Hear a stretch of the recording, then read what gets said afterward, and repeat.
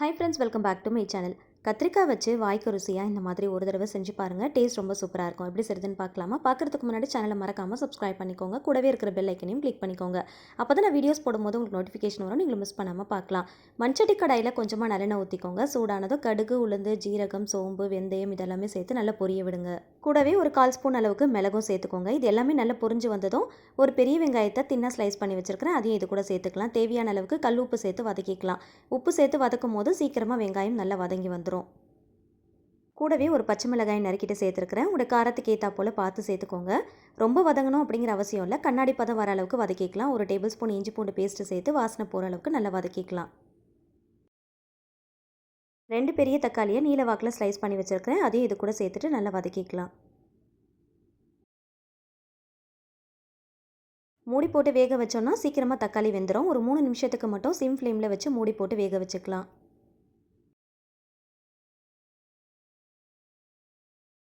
வெங்காயம், தக்காளி எல்லாமே நல்லா வதங்கினதும் மசாலா பொருட்கள் சேர்த்துக்கலாம். 1/4 ஸ்பூன் மஞ்சள் தூள், ஒரு 2 டீஸ்பூன் அளவுக்கு குழம்பு மிளகாய் தூள் சேர்த்துருக்கிறேன்.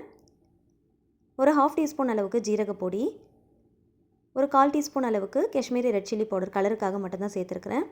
ஒரு 1/4 ஸ்பூன் அளவுக்கு கரம் மசாலா சேர்த்து நல்லா மசாலா வாசனை போகிற அளவுக்கு நல்லா வதக்கி விட்டுக்கலாம். மசாலா எல்லாமே நல்லா வதங்கினதும் முழு கத்திரிக்காயை இந்த மாதிரி 4ஆக கீறிட்டு சேர்த்துக்கலாம். முனைப்பகுதியில் வச்சு 4ஆக கீறிட்டிங்க அப்படின்னா இந்த மாதிரி அப்படியே முழுசாக நமக்கு கிடைக்கும். அதை அப்படியே சேர்த்துக்கலாம். காம்போடு சேர்த்துக்கோங்க. நல்லா சுத்தமாக வாஷ் பண்ணிக்கோங்க. உள்ளே எதுவும் புழு பூச்சி இருக்கான்னு பார்த்துட்டு சேர்த்துக்கோங்க. கத்திரிக்காயை நறுக்கிட்டு சேர்க்குறத விட காம்புகளோட முழுசாக சேர்த்து பண்ணும்போது அது ஒரு தனி டேஸ்ட்டு கொடுக்கும். ஸோ கண்டிப்பாக இந்த மாதிரி ஒரு தடவை ட்ரை பண்ணி பாருங்கள். கத்திரிக்காயை மசாலாவோடு சேர்த்து நல்லா வதக்கி விடுங்க. பச்சை வாசனை போகணும். நிறம் மாறி வர அளவுக்கு நல்லா வதக்கிக்கோங்க. ஒரு 3 நிமிஷமாவது மசாலாவோடு சேர்த்து நல்லா வதக்கணும். காரல் அடிக்காத இனிப்பு கத்திரிக்காய் இந்த மாதிரி நீள நீளமாக இருக்கிற மாதிரி கத்திரிக்காவை வாங்கிக்கோங்க. டேஸ்ட் ரொம்ப சூப்பராக இருக்கும். கத்திரிக்காய் நல்லா வதங்கி நிறம் மாறினதும் தேவையான அளவுக்கு தண்ணி சேர்த்துக்கலாம். ரொம்ப அதிகமாக சேர்த்துட்டோம் அப்படின்னா கத்திரிக்காய் குழஞ்சு போன மாதிரி ஆகிடும். ஸோ கத்திரிக்காய் முழுகிற அளவுக்கு மட்டும் கொஞ்சமாக தண்ணி சேர்த்துக்கோங்க. சேர்த்துட்டு நல்லா மிக்ஸ் பண்ணிவிட்டு உப்பு காரம் கரெக்டாக இருக்கான்னு செக் பண்ணி பார்த்துக்கோங்க. தேவைப்பட்டால் சேர்த்துக்கலாம்.